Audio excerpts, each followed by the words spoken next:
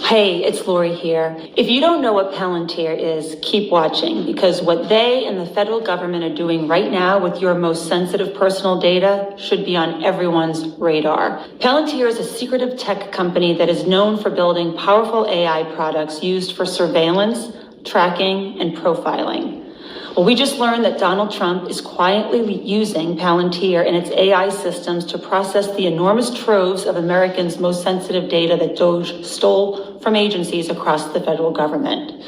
To be clear, this isn't hypothetical. This is happening right now. If you're like me, you're probably asking what the hell Donald Trump is doing, asking a secretive data mining company to compile a master file on the private lives of each and every American. This isn't just about politics. It's about power and whether we still have a right to keep our lives private in the digital age. This is a dangerous overreach, which is exactly why I've been fighting to modernize the Privacy Act for the first time in over 50 years. Without safeguards, this kind of unchecked power is how our privacy disappears quickly and quietly.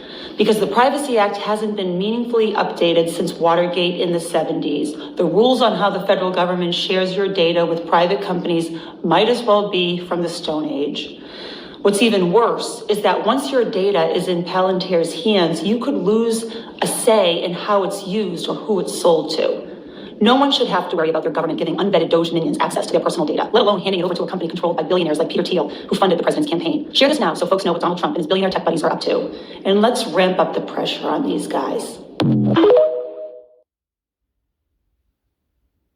Okay, so I had to hop on and talk about Palantir. Palantir is this database that allows you to make sense of large volumes of data and helps to analyze and output information into like something that's more digestible for analysts. It is something that the CIA has been using for years. It's something that I used to use at the CIA in order to make sense of terrorist networks and be able to digest huge volumes of information, intelligence, in order to make sense of terrorist networks and how they're interconnected.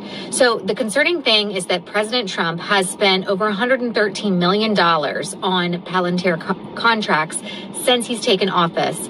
And so what's worrying about this? What he's asking the federal agencies to do, DHS, the IRS, Health and Human Services, DOD, he's asking them to all share information across this platform called Palantir.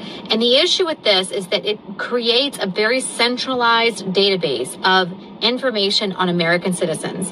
Information like your bank accounts, your student debt, your medical claims, your disability status. This is really worrisome to me in particular because I feel like it provides a database that can be easily hacked by the Chinese, the Russian, whatever enemies we have. And that information can be used on U.S. citizens to either, force them into giving up information that might help to further their efforts, or it could be used by a political figure like Trump or someone else to get them to get individuals, American citizens, to do what they want them to do because they have all of this personalized, centralized information on American citizens. So again, Palantir has huge government contracts like across DOD, DHS, IRS, CDC. I know that's a big alphabet soup to swallow, but think about all the information that they have on you.